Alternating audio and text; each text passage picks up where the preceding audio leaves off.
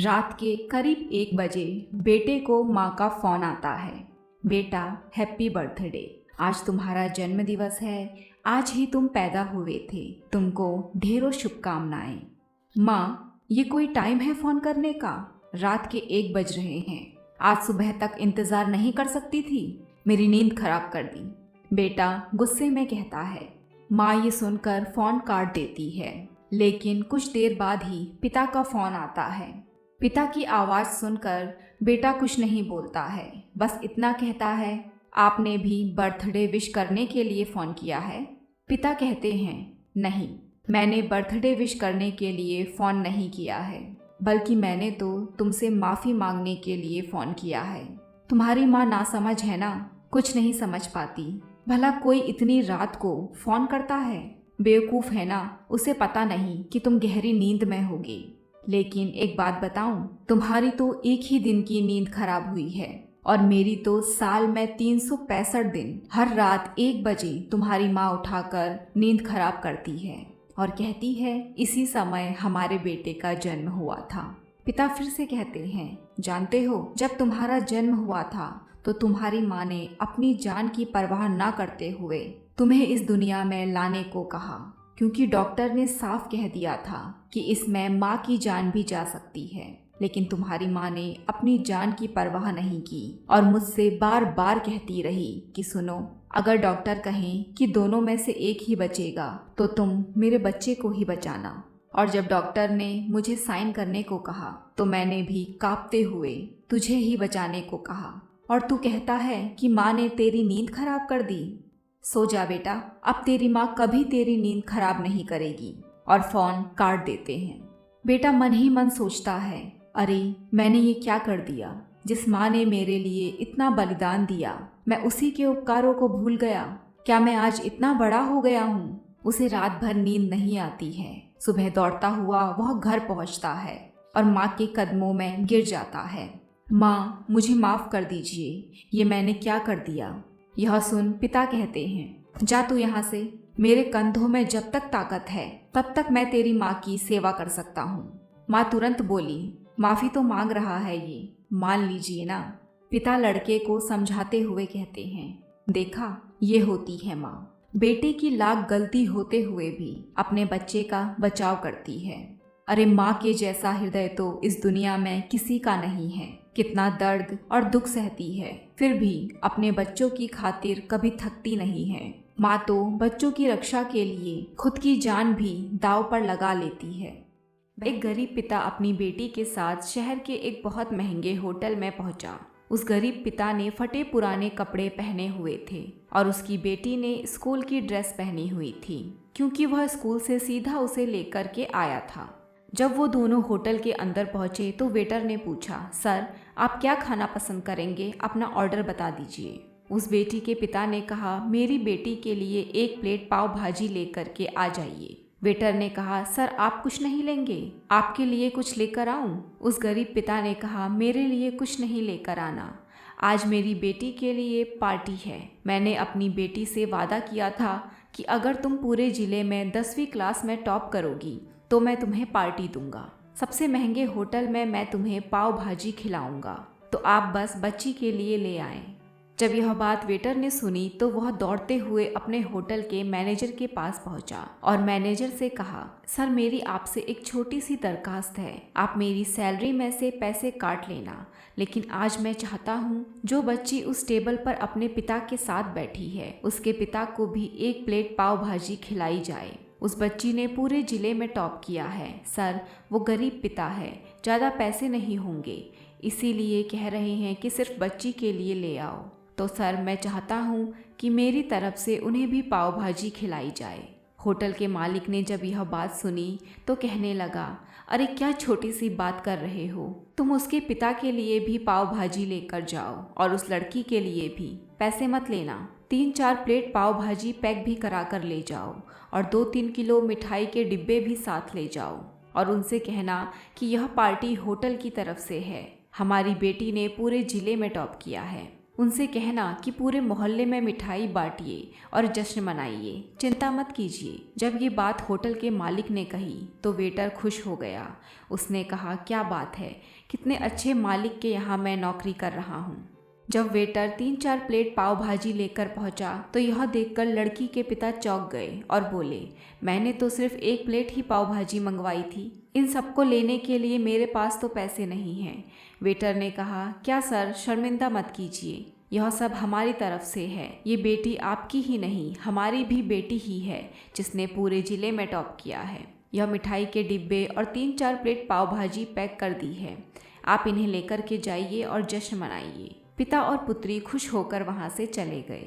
कई साल इस बात को बीत गए और उस बेटी ने इतने साल कड़ी मेहनत की और यूपीएससी की तैयारी करके कलेक्टर बन गई। किस्मत थी ऊपर वाले की, या कहा जा सकता है कि करिश्मा था ऊपर वाले का कि उसी शहर में उसका आना हुआ। उनके द्वारा सूचना पहुंचा दी गई कि कलेक्टर मैम आने वाली हैं और उसी होटल में खाना खाने वाली हैं। कलेक्टर साहिबा की आने की खबर मिलते ही सभी लोग कलेक्टर साहिबा को देखने के लिए वहां पहुंच गए। किसी को इस बात का बिल्कुल भी अंदाज़ा नहीं था कि ये वही पिता और बेटी हैं। जब कलेक्टर साहिबा अपने पिता के साथ होटल में पहुंची तो उन्होंने होटल के मालिक से कहा कि क्या आपने हमें पहचाना? हम वही पिता पुत्री हैं जो मेरे 10वीं क्लास में टॉप करने पर आपने हमें पार्टी दी थी। हम वही पिता पुत्री आज फिर से आए हैं, आज आपको, आपके पूरे स्टाफ को और पूरे गांव को पार्टी देने के लिए। आपने उस दिन गरीबी का साथ दिया, गरीबी का सम्मान किया। आपने उस दिन जो हमें पार्टी दी उसने मुझे बताया कि मुझे कितनी और ऊंचाई पर पहुंचना है और मुझे मेरी मंजिल तक पहुंचना है। आपने मुझे एक नई प्रेरणा दी थी और मैं आज उसी प्रेरणा का एहसान चुकाने आई हूँ। कलेक्टर मैडम अपने मन की बात कहती जा रही थी और उनकी आंखों से आंसू बहते जा रहे थे।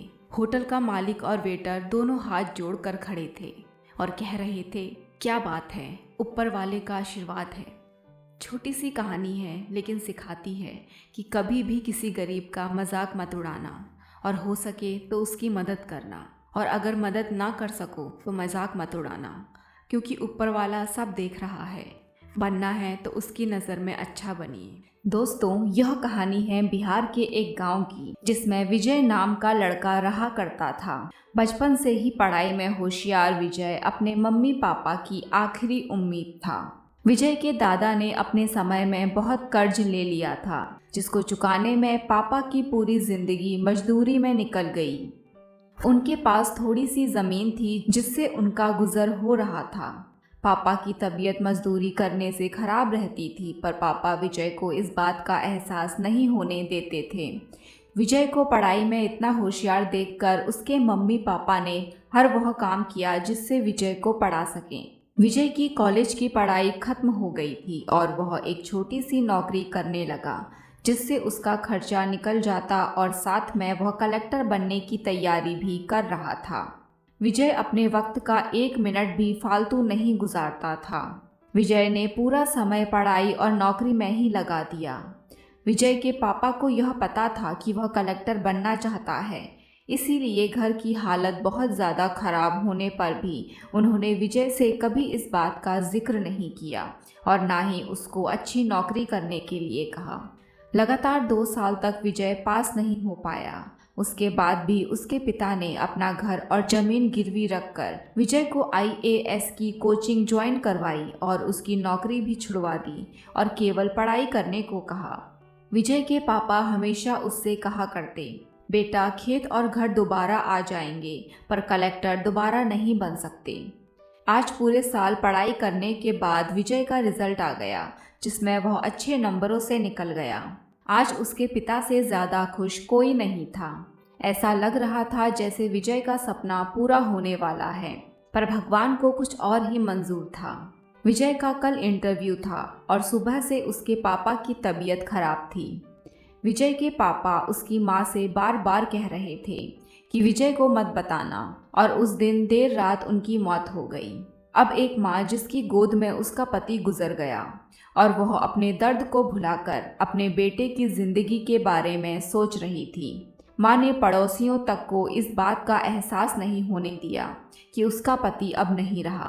पूरी रात ऐसे रोई कि आवाज़ भी ना निकले। सुबह विजय जब इंटरव्यू देने जाने लगा तब माँ और पापा के आशीर्वाद के लिए उसने माँ को कॉल किया। माँ ने पूरी हिम्मत लगा दी अपना सच छुपाने के लिए और विजय को आशीर्वाद दिया। जब विजय ने पापा से बात करने को कहा तो माँ बोली, पापा अब तुमसे बात नहीं करेंगे, वह कलेक्टर से बात करेंगे। इतनी बात करके माँ ने फ़ोन रख दिया। विजय का जब इंटरव्यू हो गया तब उसे बताया गया कि उसके पिता की तबीयत खराब है, उसको तुरंत घर जाना है।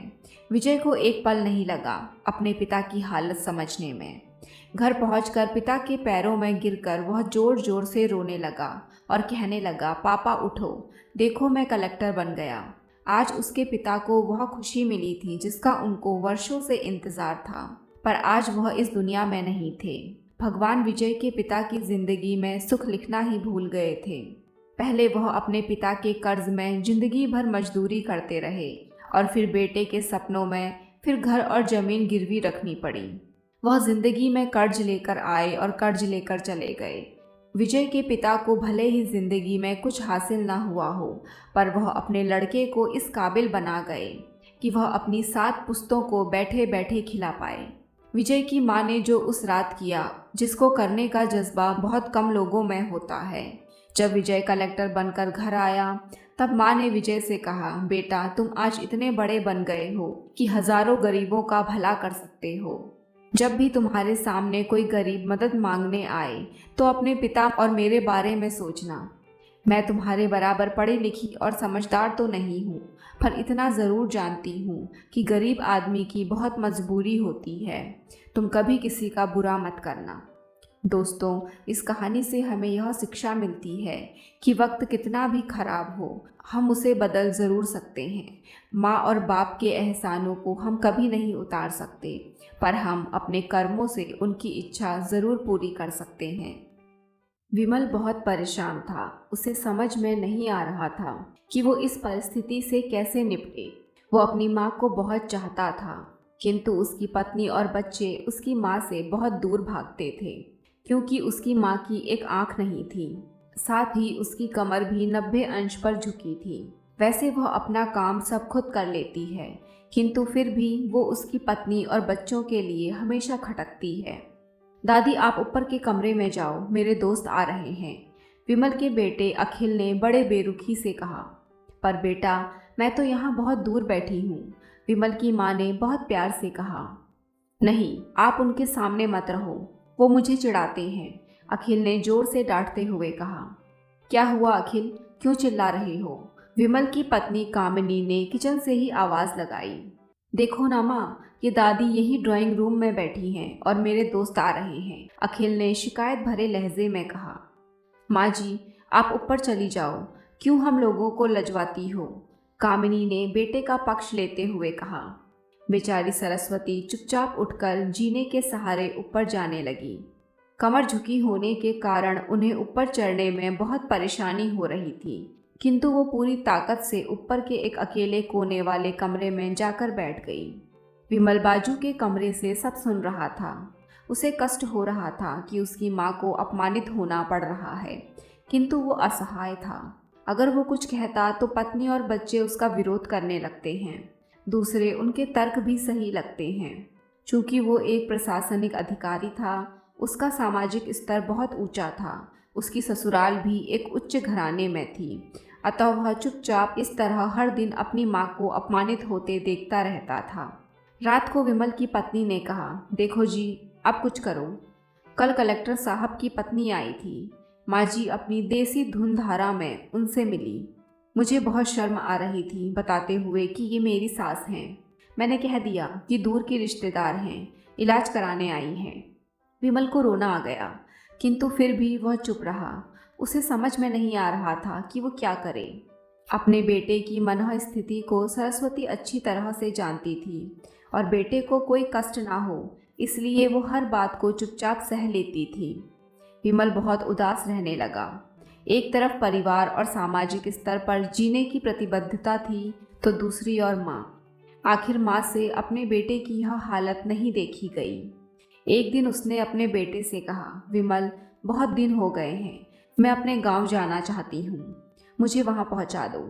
मेरा यहाँ मन नहीं लग रहा। किंतु माँ, वहाँ तो कोई नहीं है, तुम्हारी देखभाल कौन करेगा? विमल ने आश्चर्य से पूछा। अरे, सब गांव वाले तो हैं, और वो तुम्हारे मामा जी तो उसी गांव में रहते हैं, और फिर हम सारी व्यवस्थाएं कराएंगे ना। कामनी को तो जैसे मन की मुराद मिल गई हो। हाँ बेटा, बहू सही कह रही है, सरस्वती ने लंबी सांस लेते हुए कहा। विमल जानता था कि गांव में माँ की देखभाल करने वाला कोई नहीं है, लेकिन अपनी पत्नी की जिद के कारण वह अपनी माँ को गांव छोड़ने पर विवश हो गया। माँ को गांव छोड़कर आते वक्त उसे रोना आ रहा था तथा अपनी बेबसी पर गुस्सा भी आ रहा था, किंतु परिवार, पत्नी और समाज ने उसके इन मनोभावों को दबा दिया और वो सुकून सा महसूस करने लगा। कुछ दिनों के बाद उसके चाचा, जो अमेरिका में रहते थे, आने वाले थे। जब विमल बहुत छोटा था, उसके पिता जीवित थे, तब वो भारत आए थे और उसके बाद वो अब भारत आने वाले थे। पूरा परिवार और आस पड़ोस बहुत उत्साहित था। अमेरिका से विमल के डॉक्टर चाचा आ रहे थे। डॉक्टर रमेश ने जैसे ही घर में कदम रखा, सबने मिलकर बहुत उत्साह से उनका स्वागत किया। क्यों विमल, भाभी नहीं दिख रही, कहाँ हैं? डॉक्टर रमेश ने उत्साहपूर्वक पूछा। जी, वो गांव में रहती हैं, यहाँ उनका मन नहीं लगा, कामिनी ने सपाट लहजे में उत्तर दिया। डॉक्टर रमेश ने विमल की ओर देखा तो विमल ने अपनी आंखें झुका ली। डॉक्टर रमेश सब समझ गए। बोले, कल हम भाभी जी से मिलने गांव चलेंगे सब लोग। दूसरे दिन सभी लोग गांव के घर में पहुंचे। देखा कि सरस्वती को बहुत तेज बुखार है और वो पलंग पर असहाय पड़ी है। डॉक्टर रमेश दौड़कर सरस्वती के पास गए, उनके पैर छूकर रोने लगे। सरस्वती की ये हालत उनकी कल्पना से परे थी। वाह बेटा विमल, तूने तो नाम उजागर कर दिया। अपनी माँ की ये हालत देखकर तुझे तो शर्म भी नहीं आ रही होगी। डॉक्टर रमेश ने विमल को लगभग डांटते हुए कहा। नहीं देवर जी, विमल का कोई दोष नहीं है, मैं खुद गांव आई थी। सरस्वती ने अपने बेटे का बचाव किया। मुझे सब पता चल गया भाभी, आप चुप रहो। क्यों बहू, तुम्हें अपनी सास की कुरूपता पसंद नहीं है? समाज में तुम्हें नीचा देखना पड़ता है ना? डॉक्टर रमेश ने कामिनी की ओर व्यंग से देखा। कामिनी निरुत्तर होकर विमल की ओर देखने लगी। आज तुम जिस सामाजिक स्तर पर हो वो इन्हीं के संघर्षों की देन है। और बेटा विमल, तुम्हें शायद मालूम ना हो कि बचपन में जब तुम 1 साल के थे तब छत से नीचे गिरने के कारण तुम्हारी एक आंख फूट गई थी और तुम्हारी रीढ़ की हड्डी में भी समस्या थी। तब तुम्हारी इस कुरूप माँ ने अपनी एक आंख और अपना बोन मैरो तुम्हें देकर इतना सुंदर स्वरूप दिया था। कामिनी बेटा, इतने सालों तक संघर्ष करके बेटे को प्रशासनिक अधिकारी बनाने वाली इस संघर्षशील औरत की तुम लोगों ने यह दशा कर दी। तुम्हें ईश्वर कभी माफ नहीं करेगा। डॉक्टर रमेश की आंखों से अश्रु जलधारा बह रही थी। अब भाभी, आप मेरे साथ अमेरिका जाएंगी, यहाँ इन स्वार्थी लोगों के बीच नहीं रहेंगी। डॉक्टर रमेश ने सरस्वती से कहा। विमल को काटो तो खून नहीं था। डॉक्टर रमेश जो उसके चाचा थे, उन्होंने जो राज बताया, उसके बाद तो विमल को यही लग रहा था कि उससे ज़्यादा पापी इंसान इस दुनिया में कोई और है ही नहीं। वह दौड़ता गया और माँ सरस्वती के कदमों से लिपट गया। माँ, मेरा अपराध अक्षम्य है, मैं जानबूझकर चुप्पी साधे रहा, आपका अपमान करवाता रहा। अब सिर्फ आप ही उस घर में मेरे साथ रहेंगी और कोई नहीं। विमल ने आग्नेय दृष्टि से अपनी पत्नी और बच्चों को देखा। कामिनी को भी बहुत पश्चाताप हो रहा था, किंतु उसकी हिम्मत नहीं हो रही थी कि वो सरस्वती से आंख मिलाए। सरस्वती ने कामिनी की मनोह स्थिति को समझकर उसको पुचकारते हुए अपने पास बुलाया और विमल को डांटते हुए कहा, खबरदार, जो मेरी बहू को मुझसे अलग करने की कोशिश की तो तुझे ही घर से निकाल दूंगी। कामिनी और बच्चों ने सरस्वती के पैर पड़ते हुए अपने व्यवहार पर माफ़ी मांगी और माँ के हृदय ने सबको माफ़ कर दिया।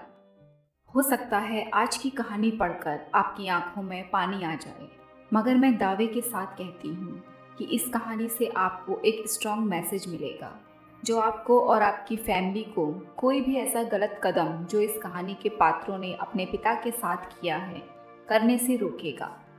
यह कहानी है एक बूढ़े मजबूर पिता की। एक गांव में एक आदमी रहता था जो बहुत बूढ़ा हो चुका था, जिस वजह से उसे कम दिखाई देता था और वह बहुत कमज़ोर हो गया था। अपनी बची कुची जिंदगी अपने बेटे के साथ बिता सके, इसलिए शहर में रह रहे उसके बेटे के घर रहने चला गया। बेटा एक शहर के छोटे मकान में रहता था। मकान तो उसका छोटा था, लेकिन उसके अंदर जो चीज़ें थी वह महंगी थी। उस मकान में बेटा, उसकी पत्नी और उनका एक 5 साल का बच्चा, यह छोटा सा परिवार साथ मिलकर रहता था। बूढ़े पिता के आने से उनके परिवार का एक सदस्य और बढ़ गया। यह पूरा परिवार रोज सुबह शाम डाइनिंग टेबल पर साथ में खाना खाया करता। बूढ़ा पिता अपनी कमजोरी के चलते हमेशा खाने की चीजें नीचे गिराता रहता और कई बार कांच के बर्तन भी टूट जाया करते थे। कुछ दिनों तक तो बहू और बेटे ने यह सब सहन किया, लेकिन बाद में वे दोनों बूढ़े की ऐसी हरकतों से चिढ़ने लगे। एक दिन बेटे ने कहा कि ऐसा कब तक चलेगा, हमें कुछ करना पड़ेगा। उसकी पत्नी भी इस बात से सहमत हुई। अगले दिन बेटा कहीं से एक पुराना मेज लेकर आया और घर के एक कोने में उसे लगा दिया और अपने पिताजी से कहा कि आप यहीं बैठकर खाना खा लिया कीजिएगा। उन्होंने एक लकड़ी का बर्तन भी बनवाया जिसमें वे अपने बूढ़े बाप को खाना देने लगे। अपने कांच के कीमती बर्तन बचाने के लिए अपने बूढ़े बाप को लकड़ी का बर्तन देने में उन्हें जरा भी शर्म नहीं आई। अब खाने का समय जब जब होता तो बूढ़ा बाप एक कोने में बैठकर खाता और बाकी का परिवार डाइनिंग टेबल पर खाना खाया करता। डाइनिंग टेबल पर बैठे बैठे दोनों पति पत्नी कभी कभी अपने बूढ़े बाप की तरफ देख लिया करते। बूढ़े बाप की आंखों में उन्हें आंसू भी नजर आते, मगर उन पर जैसे कोई असर ही नहीं होता। बूढ़े का पोता भी यह नज़ारा हमेशा देखता और वह अपने में ही खोया रहता। एक दिन जब पति पत्नी डाइनिंग टेबल पर बैठकर खाना खा रहे थे, तब उनका बच्चा जमीन पर बैठकर कुछ कर रहा था। उन दोनों ने बच्चे के हाथ में लकड़ी का टुकड़ा देखा, लेकिन उन्हें कुछ समझ में नहीं आया कि बच्चा लकड़ी के टुकड़े के साथ क्या कर रहा है।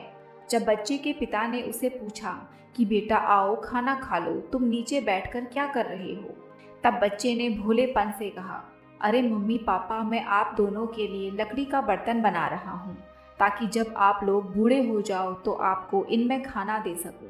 अपने नादान बेटे द्वारा की गई यह सहज बात दोनों के दिल में तीर की तरह उतर गई। दोनों एक दूसरे का चेहरा निहारने लगे। बिना कुछ कहे ही दोनों की आंखों में पानी आ गया और उन्हें अपने भविष्य की किताब अपने आंखों के सामने खुलती हुई नजर आई। उन्हें समझने में ज़्यादा देर नहीं लगी कि अब उन्हें आगे क्या करना पड़ेगा।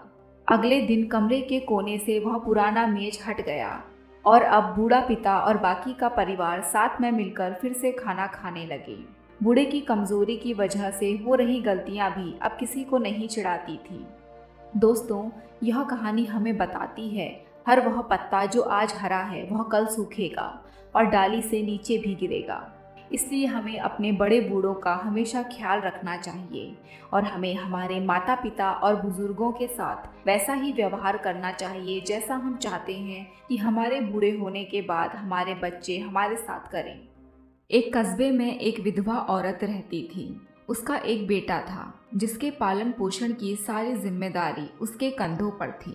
वह अपने बेटे को पढ़ा लिखा कर एक बहुत बड़ा आदमी बनाना चाहती थी, इसीलिए उसने उसका दाखिला कस्बे के सबसे अच्छे स्कूल में किया।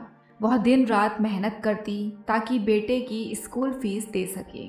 स्कूल के बच्चे उसकी माँ के बारे में जानते थे। वे सब उसे अंधी का बेटा कहकर चिढ़ाते थे। लड़का इससे बहुत परेशान था। उसे अपनी माँ पर शर्म आने लगी थी। वह उसके साथ कहीं भी आने जाने से कतराने लगा था।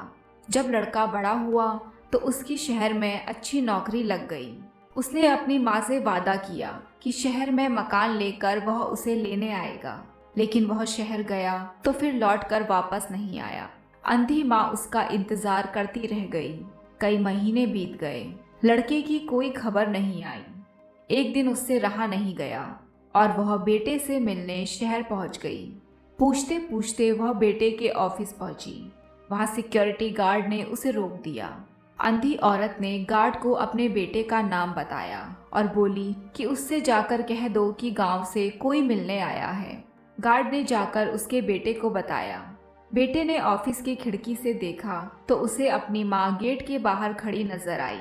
वह ऑफिस में सबके सामने अपनी माँ की वजह से शर्मिंदा नहीं होना चाहता था। उसने कहला दिया कि वह ऑफिस में नहीं है। अंधी औरत वहां से चली गई। शाम को वह लड़का ऑफिस से घर जाने के लिए निकला। रास्ते में एक जगह काफी भीड़ जमा थी। वह अपनी गाड़ी रोककर भीड़ के पास पहुंचा तो बीच सड़क में अपनी माँ को मरा पाया। उसके हाथ में एक चिट्ठी थी जिसमें लिखा था, बेटा, बड़े दिन हो गए थे, तेरी कोई खबर नहीं मिली। चिंता हो रही थी, इसलिए तुझसे मिलने चली आई। तू तो अब बड़ा आदमी बन गया है, तुझसे मिलना अब शायद मुझ गरीब की किस्मत में नहीं, लेकिन मैं बहुत खुश हूँ तेरे लिए। तूने अपना ही नहीं मेरा सपना भी पूरा किया। मलाल है कि तेरी तरक्की देख नहीं सकती। काश बचपन में तेरी आंखों में सरिया ना घुसा होता और मुझे तुम्हें अपनी आंखें ना देनी पड़ी होती, तो तेरी तरक्की अपनी आंखों से देखकर सुकून से मरती। तेरी अंधी माँ। ये पढ़कर लड़का फूट फूट कर रोने लगा। जिस अंधी माँ पर उसे शर्म आती थी, उसने उसके लिए कितना बड़ा बलिदान किया था। वह आत्मग्लानि से भर उठा और जिंदगी भर खुद को माफ नहीं कर पाया। बेहतरीन कहानियों के लिए जुड़े रहें मेरे साथ।